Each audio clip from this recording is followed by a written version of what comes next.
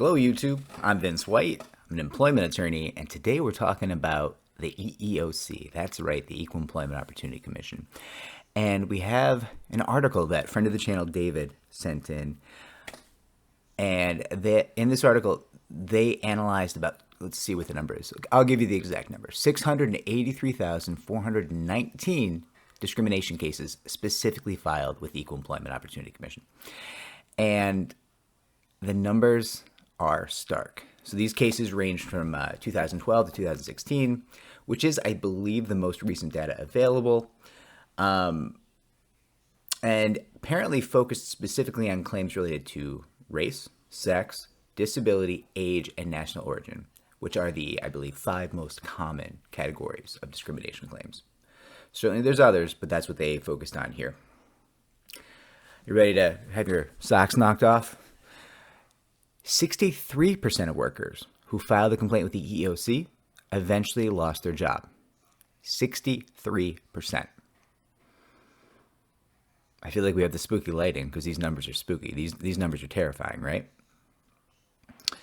If you filed a disability discrimination claim, it was actually 67% of workers that lost their jobs.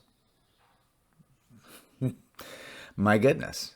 And about 40% of workers who filed a claim felt they experienced retaliation.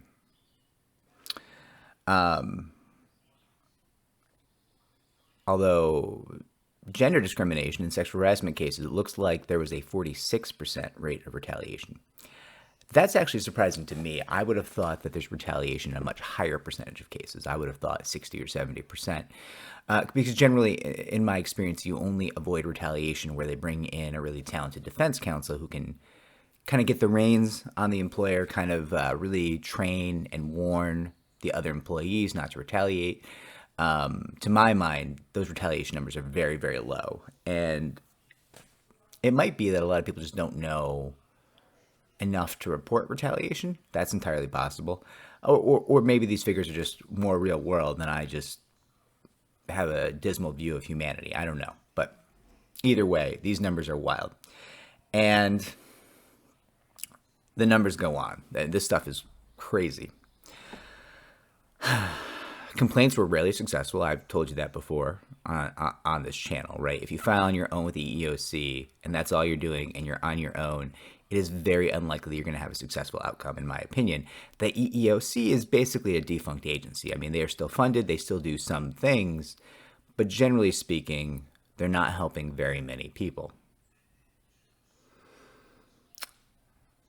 Okay, so this is a wild statement. The analysis found that legal redress in the form of negotiated or mandated changes in the workplace practices occurred in only 7% of all cases. 7%. Workers received monetary awards in about 12% of EEOC cases, with a median payout of only $8,500.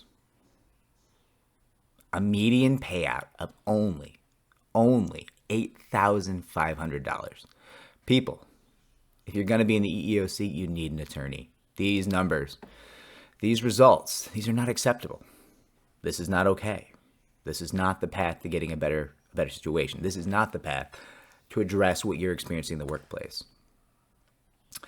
And they go on. They go on in the article to explain that these numbers have led to a lot of fear, a lot of distrust for the agency, people believing that they can't get their workplace discrimination claims properly dealt with, that the process is pitched against them, that it's just not fair, it's not really situated to actually help them.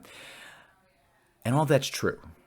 It is, unless you have counsel, right? If you have counsel that really does this for a living, I would actually argue that changes the entire playing field, right? If you have an expert, if you have someone who does this and only this day in and day out, I think things are actually the exact opposite. I think that your chance of success is going to be exponentially higher. I think that this is the way to go. I have a friend meowing at me. You can see her tail there. And I just cannot stress these numbers, and I will link the article below. It's from GovExec. These numbers prove to me, and I think they should prove to you, you need counsel. You need to be talking to attorneys. You should not be representing yourself in these claims. I don't have to reiterate,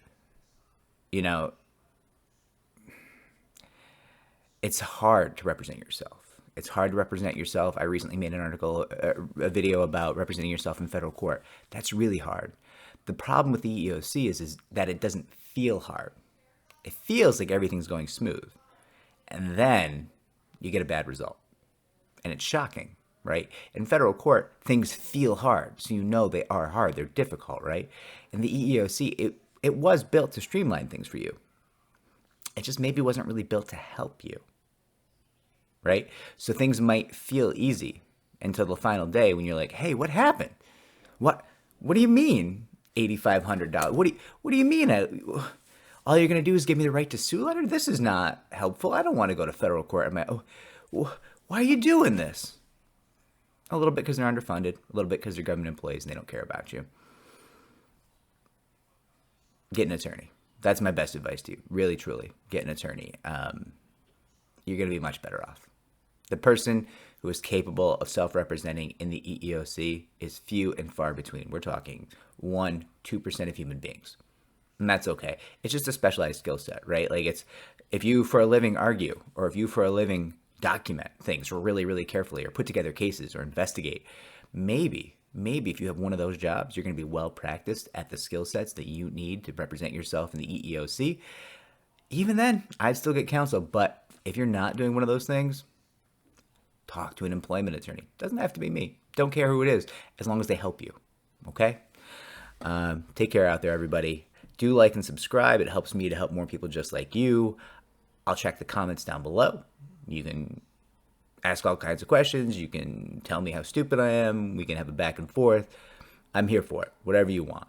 And I will link that article. Take care, everybody. Good luck out there.